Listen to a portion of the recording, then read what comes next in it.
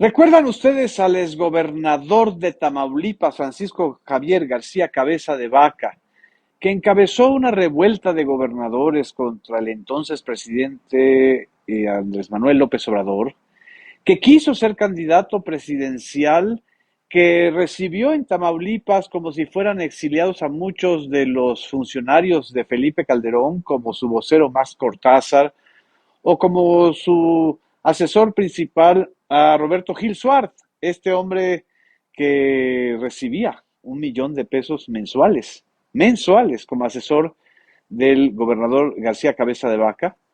¿Se acuerdan ustedes de que el huachicol fiscal en Tamaulipas alcanzó unos niveles pues muy altos de irregularidad y de negocio turbio con su gobierno, precisamente durante el gobierno de Francisco Javier García Cabeza de Vaca?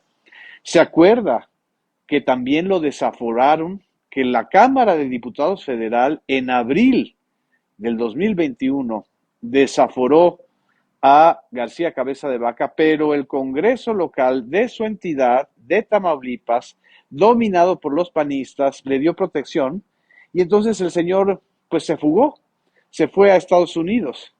Es decir, este personaje, Francisco Javier García Cabeza de Vaca, hoy perdió ante la Suprema Corte de Justicia de la Nación una batalla fundamental.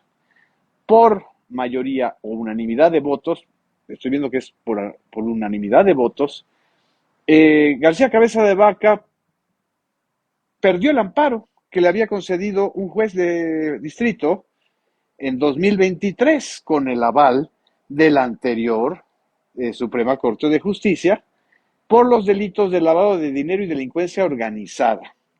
Al analizar el amparo 435-225, la ministra Lenia Batres consideró que no había razón para mantener el amparo.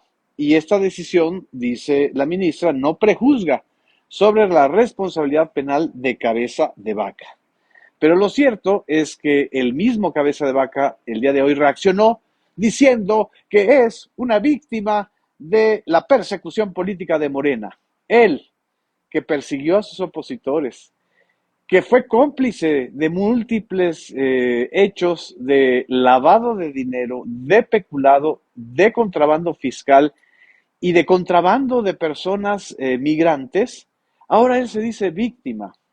Es el deporte nacional de los expanistas.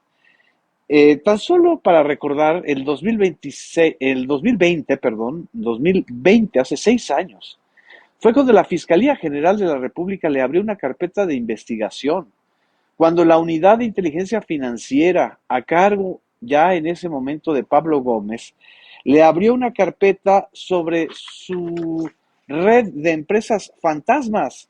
Y a través de esas empresas fantasmas él lavó millones de dineros. Aquí estoy viendo algunos de los pues de las propiedades que García Cabeza de Vaca tiene, sobre todo en Texas, donde pues ahí él se ha unido también a las empresas norteamericanas que realizan el huachicol fiscal.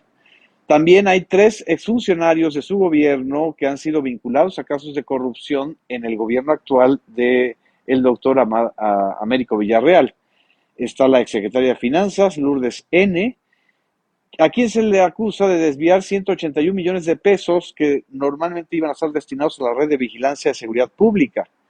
También a su ex subsecretario de Administración y Finanzas de la Secretaría de Salud, Enrique Jorge N., quien asignó en 2020 un contrato de 5.8 millones de pesos sin licitar.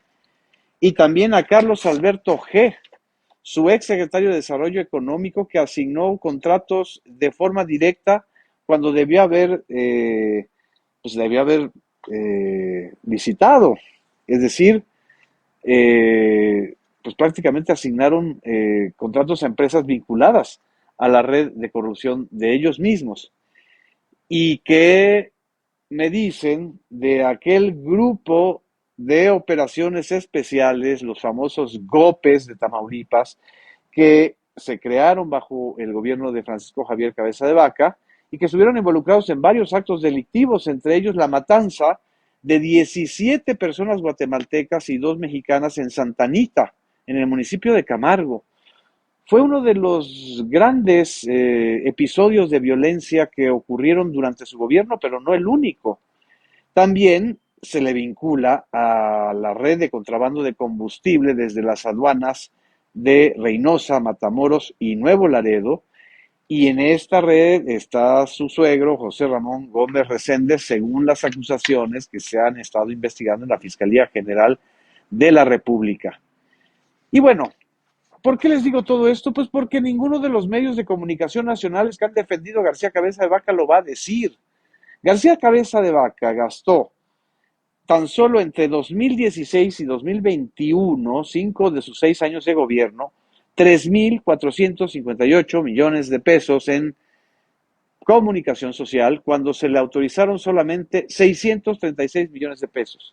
Es decir, gastó 5 veces más en pagar comentaristas, primeras planas, medios de comunicación, que son los que ahora lo van a defender.